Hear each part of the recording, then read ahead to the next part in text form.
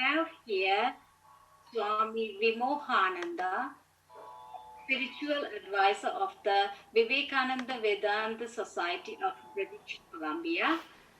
And thank you, Swamiji. He will be talking about Kalpataru Day. Namaskaram, Swamiji. Please unmute yourself and start. Thank you. Yeah, good afternoon to everybody, and it is such a joy and a pleasure and also a privilege to attend this function with you all. I had been to Calgary long before in March, so quite out of touch because of the pandemic. We will just have a short discussion as far as time permits on the great significance of the Kalpataru Day, and we will just overview the proceedings as we learn from the various lives of Sri Ramakrishna, the life accounts which we have. So this Kalpataru Day is viewed generally in two ways. The first is Sri Ramakrishna becoming the Kalpataru. Kalpataru means the wish fulfilling tree. You ask, whatever you ask, that tree gives you that. It is a mythical tree. So on that day, it is said, Sri Ramakrishna became that tree. On that day, he gave the devotees he fulfilled their desires for the best thing which could happen, that was attaining higher spiritual experiences.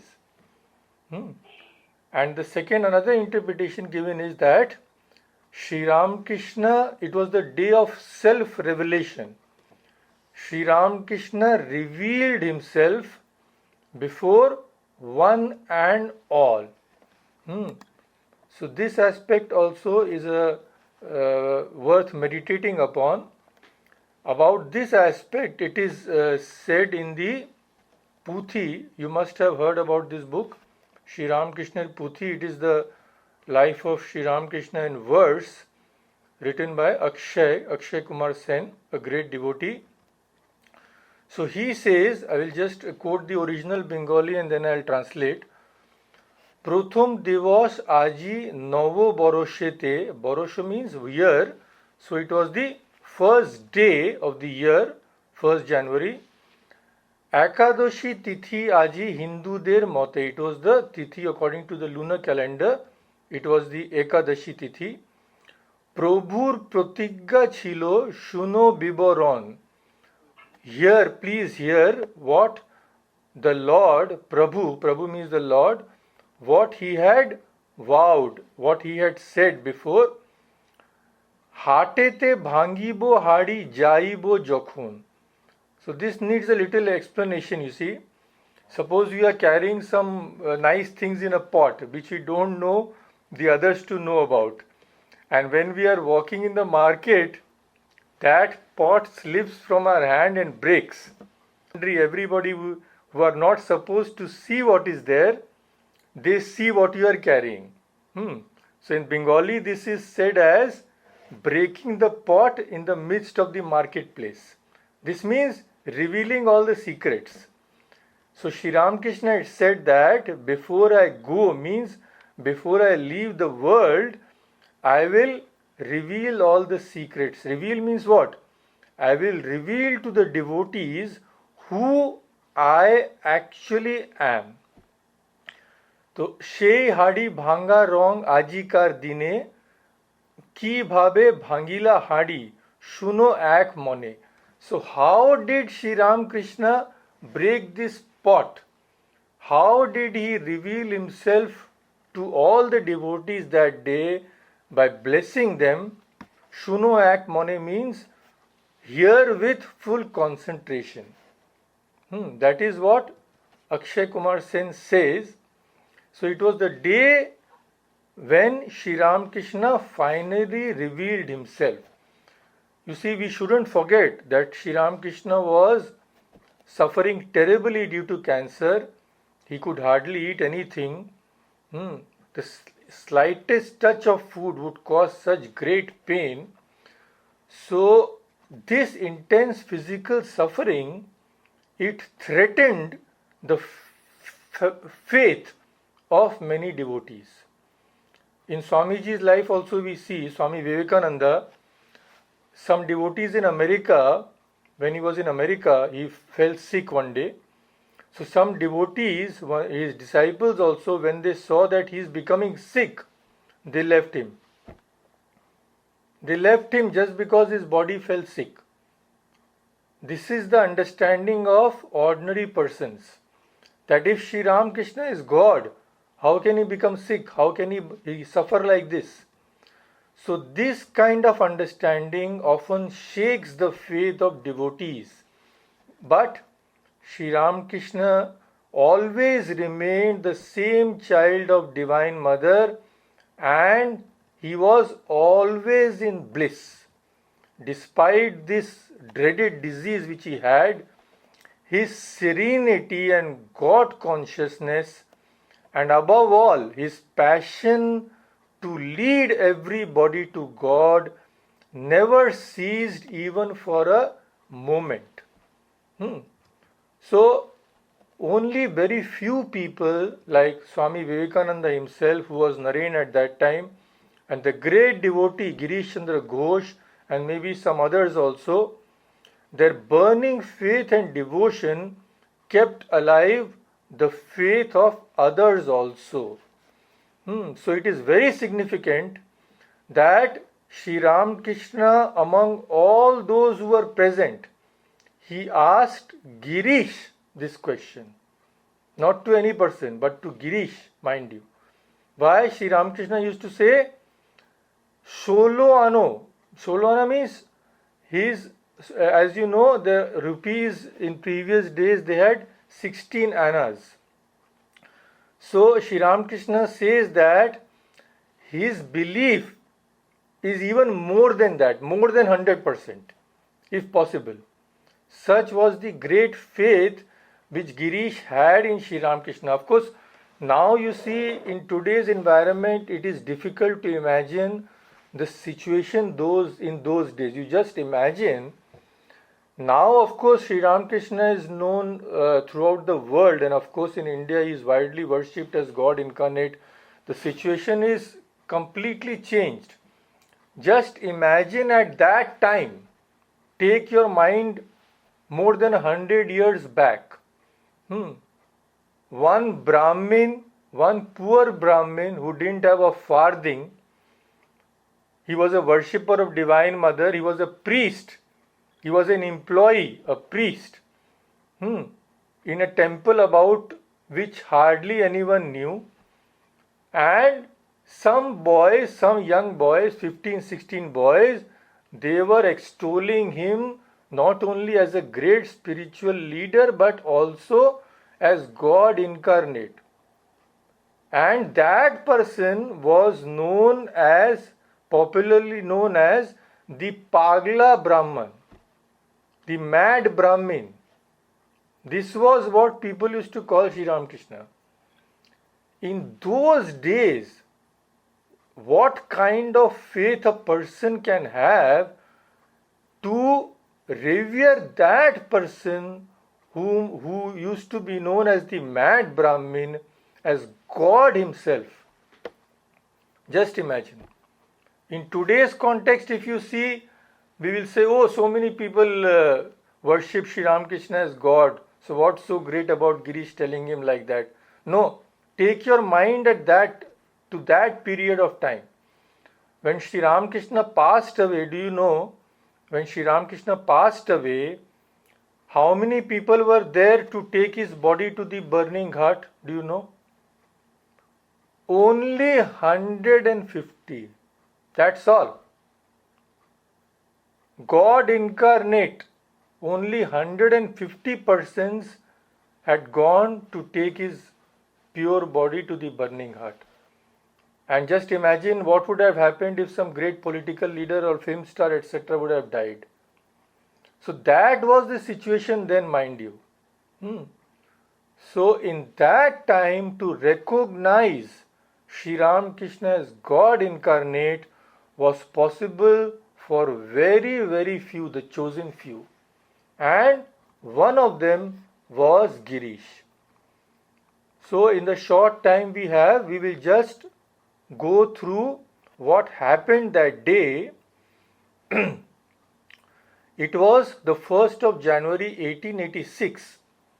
Only 2 weeks ago, Sri Ramakrishna had been brought to the Kashipur Garden House, and he was very, very ill at that time. He was bedridden practically. So, after many days, Sri Ramakrishna said that today let me go down and have a walk in the garden. That was a great event because he was so ill that he could hardly get up from his bed at that time. So it was about 3 p.m. and Sri Ramakrishna was dressed in a red bordered cloth, a shirt, a wrapper because it was cold at that time. That also had a red border, and there was a cap covering his ears and a pair of slippers, of course, he had.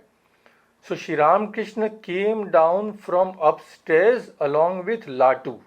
Latu, you know, Swami Adbhutananda. And Naren, that is Swami Vivekananda, and other young disciples were sleeping at that time because last night they had kept awake. And the householder devotees, because of their work, they could not come often to the master. They had come in large numbers because it was a holiday. It was a New Year's Day, so it was a holiday. They had got the chance to come to the master. So, as the master came down unexpectedly into the garden, the devotees were overjoyed to see him. They could never think that the master would come and walk in the garden with his state of health. So the householder devotees were greatly overjoyed to see the master. They came forward in joy to greet and accompany him. And Latu left the master with them and returned to clean, etc., and rearrange the bedding of the master. So and there was a freshness in the minds of everybody, seeing that the master had recovered to such an extent. Now Girish was talking with other devotees like Ramchandra Datta and all under a mango tree. And for the last few months, Girish was declaring to everybody that Sri Ramakrishna was God incarnate. God. Just imagine what this statement means. We should just meditate on this. God, who is the creator, preserver, and the destroyer of this whole universe, mind you, at will, he creates, preserves, and destroys the universe. Girish is telling this person who is known as the mad Brahmin, who is suffering so much that he can't even eat, he can't even walk properly, this person is God incarnate. We can just close our eyes and imagine what this statement means. So Sri Ramakrishna came along the way to where Girish and others were sitting, and he chose Girish to address this question. What did he say? He said, Girish, what have you seen in me which makes you say so many things publicly in glorification of me before one and all? This was what the master asked. What have you seen in me? So why did the master ask this? We cannot know, but we can guess that first maybe he wanted to test Girish again and again. Sri Ramakrishna tested his devotees and also asked them to test him. We all know. To one devotee he said that test me as a money changer tests his coins. Because only Swamiji himself, Swami Vivekananda himself, he tested the master so many times. So only after testing would they become convinced. So this may be one reason. Another reason may be that Sri Ram Krishna, knowing of Girish's great faith, he knew that the answer of Girish would also be instrumental in convincing all other devotees who were present about his divinity. So these two reasons may be why Sri Ramakrishna asked him. Of all other devotees, Ramakrishna selected Girish Chandra Ghosh for this question. Okay, now Girish's answer is also very, very beautiful. If you just think, see, anybody else other than Girish, maybe he would have become unnerved at this question. Suddenly the master asking, what will he say? That I have seen this and this qualities in you, that you have demonstrated these and these qualities which only God can have, etc., etc. No, Girish did not answer in that way. What did Girish say? There is a very beautiful verse in Shiva Mahimna Stotram, that is a very famous stotra in Sanskrit in praise of Lord Shiva. So after extolling Shiva in various ways, it's a beautiful hymn. If you can chant it and know with the meaning, it's a very beautiful hymn. At the very end, if you go, after extolling God in various ways, at the very end, the poet says, Tava tattvam na janami kidrishosi maheshwara Yadrishosi Mahadeva Tadrishaya Namo Namaha. O God, I have told so many things, but Tava Tattvam na janami. I don't know what is your nature. I am an ordinary person. How can I judge what you are? Yadrishosi Mahadeva. Whatever is your nature, O God, Tadrishaya, to that I salute again and again. So this one beautiful answer encompasses everything. What? The great devotion, first of all, and the great faith and the great humility. That is the main thing. Girish does not pretend to know what Sri Ramakrishna's nature is. No. He does not say you are this, because saying anything about God will be limiting him. Maybe Girish feels that way. So this is one beautiful verse. Another very beautiful verse which is very similar to what Girish's answer is in the same Shiva Mahina Stotram, very beautiful verse, in which the glory of God is described how Asitagiri samam syat kajalam sindhu patre surataruvar shakha lekhani patramurvi likhati yadi grihitva sharada sarvakalam Tadapi tava gunanam ishaparam nayati. O Lord, if the black mountain be the ink, the whole ocean the ink pot, the branch of the stout wish-fulfilling tree the pen, the earth, the whole earth, the writing leaf, on the leaf, before previous days they used to write on leaves. And if taking all this, the mountain, the ocean, the branch of the tree and the whole earth as the paper, if taking all these, the goddess of learning herself, Sarada, Saraswati, if she wrote for eternity, she kept on writing, still she would not be able to describe your glories. Such a brilliant, such a beautiful words. So, Girish, the great devotee, what did he say? He said in a reply resembling this, he said that in a choked voice, a voice choked with devotion, there was no artificiality in the reply, it was spontaneous. It came from his heart. He said, "What more can I say about him?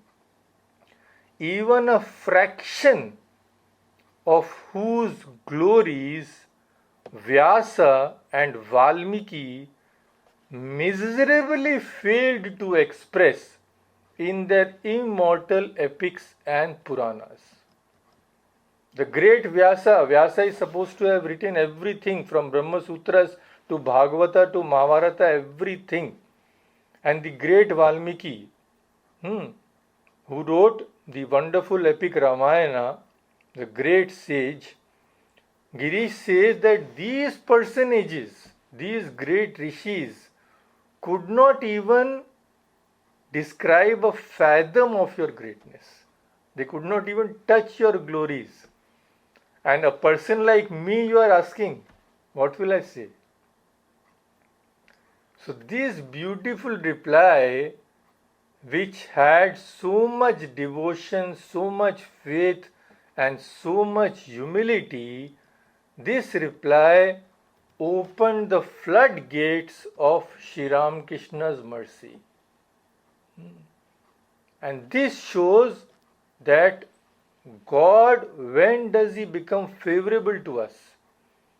He becomes favorable, He becomes gracious, He grants us spiritual illumination when?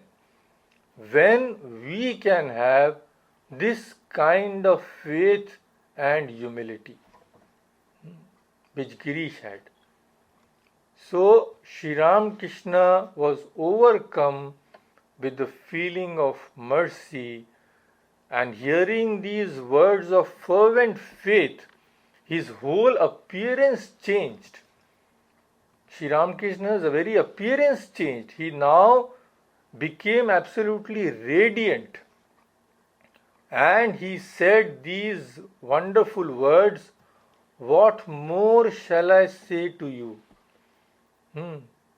Now, this is very significant. What more shall I say to you?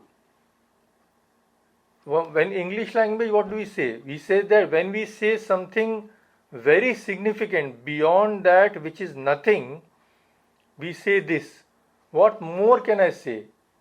This is the truth. So, Sri Ramakrishna said, what more can I say, to denote that the blessing which he is about to give them now, there can be nothing greater than that. This is the final thing. So, he said, what more can I say to you? Be illumined. তোমাদের চৈতন্য হোক. Chaitanya, that word Chaitanya comes from Chit. Chit is consciousness. So, may you be conscious, means another, we know another teaching of Sri Ramakrishna, Manush Manhush. He splits the word. Manush means human being. So, Man plus Hush. In Bengali, Hush means when you become awakened. So, Sri Ramakrishna says, be awakened, be a true man, be spiritually awakened. There is nothing higher than that. Therefore, attain the fulfillment of your life. This is the great blessing. There can be no other greater blessing than this, which Sri Ramakrishna gave his devotees on that day. So, after saying this, he went into a deep samadhi, and these words of Sri Ramakrishna, which were uttered with such deep compassion, they immediately brought a divine awakening in all the devotees present. At once, all of them fell at Sri Ramakrishna's feet. So many of them received his divine touch, and there are so many experiences about which we read. The devotees who had got them, they had revealed their experiences, which can find in the Great Master and other some books. So, such wonderful experiences, maybe even after lifelong of spiritual practices, a person cannot experience that. Sri Ramakrishna that day gave them all that freely with just one touch. So, he became the wish fulfilling tree on that day. But we should remember that Sri Ramakrishna is the wish fulfilling tree, God. I'm not speaking in any narrow sense. God is the wish fulfilling tree ever and ever, on every day, in every minute, in every second. He fulfills our wishes. We have to ask ourselves, do we really wish to attain God? We should ask ourselves. Swami Brahmananda has said, ask yourself every day, do you really want God? Jesus has said, seek and ye shall find, knock and it shall be opened to you. Are we really knocking? If we are, Sri Ramakrishna or any other incarnation of God is always there before us to shower his mercy on us. So there is not much time. I could go on and on and on. Again, this is such a wonderful incident in the life of Sri Ramakrishna. The more we read, the more we meditate, the more we feel that Sri Ramakrishna is our own and he is so near us.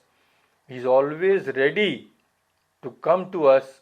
We just have to open our hearts to receive him. That's all. So I've been given very little time. I've already, I think, exceeded my time, or maybe a little is left. So Anirvanda had asked me to sing a few songs. I may not have time to sing more than one.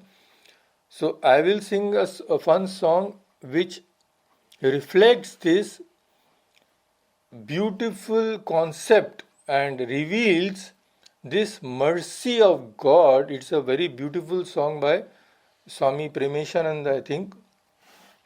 The words you see in Bengali, I'll just translate a few lines so that those who don't know Bengali can understand a little. Bongo hridoy gomukhi hoite koruna ganga bohiya jay. See the expression. Now see Gomukh. Gomukh is the source of the Ganga. Ganga, Patita Pavani Ganga, they say, the purifier of all the sinners. Ganga starts from Gomukh. So in this line he says, now Sri Ramakrishna's mercy, infinite compassion is flowing like the Ganga. And what is the Gomukh? What is the source? Bongo. Bongo means Bengal. This time, Bengal is the source of that compassion. That great river is flowing and the source is Bengal. So, Bongo Hridoy Gomukhi Hoite, what river is flowing? Karuna Ganga, the ocean of Sri Ramakrishna's compassion. And he says, Esho Chute Esho. In Bengali, Chute means come running. Come running wherever you all. Ke acho manovo.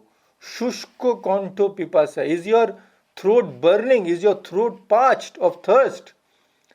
Slake your thirst in this ocean of mercy. This ocean is such that once you slake your thirst, you will never be thirsty again. Never again.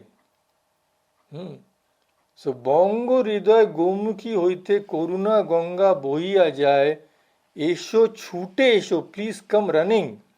Ke acho manovo Shushko Konto Pipasai.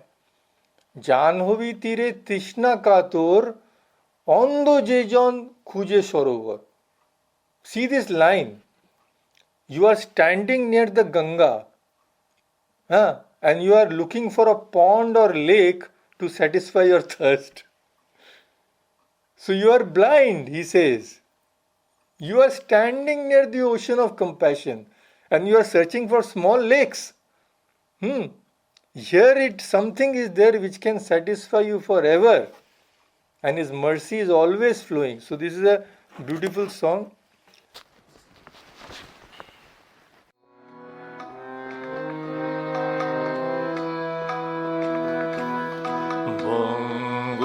বঙ্গহৃদয় গোমুখী হইতে করুণা গঙ্গা বহিয়া যায়. বঙ্গহৃদয় গোমুখী হইতে করুণা গঙ্গা বহিয়া যায়. এসো ছুটে এসো, কে আছো মানব শুষ্ক কণ্ঠ পিপাসায়. বঙ্গহৃদয় গোমুখী হইতে.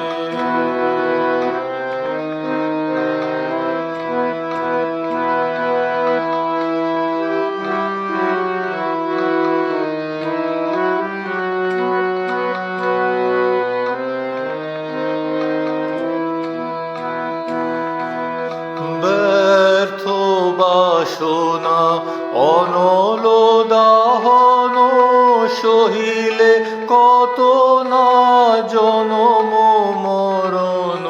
ব্যর্থ বাসনা অনল দাহন সহিলে কত না জনম মরণ.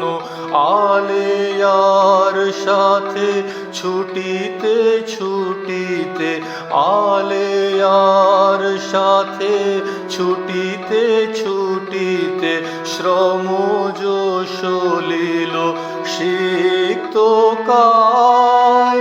স্নিগ্ধ সলিলে বারে কো ডুবিলে, স্নিগ্ধ সলিলে বারে কো ডুবিলে সকল জালা জোড়াবে তাই.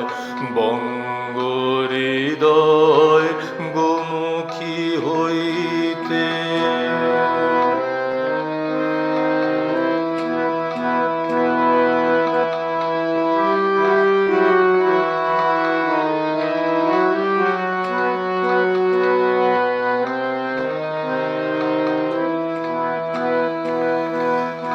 জাহ্নবী তীরে তৃষ্ণা কাতর অন্ধ যে জন খোঁজে সরোবর.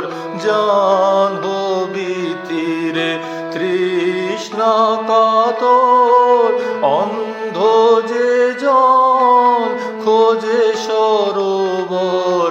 রাম কৃষ্ণ পুত গঙ্গা, রাম কৃষ্ণ পুত গঙ্গা ব্রহ্মানন্দ সাগরে ধায়. হোক অবসান ব্যর্থ প্রয়াণ, হোক অবসান ব্যর্থ প্রয়াণ. এসো ছুটে এসো ধরি গোপায়.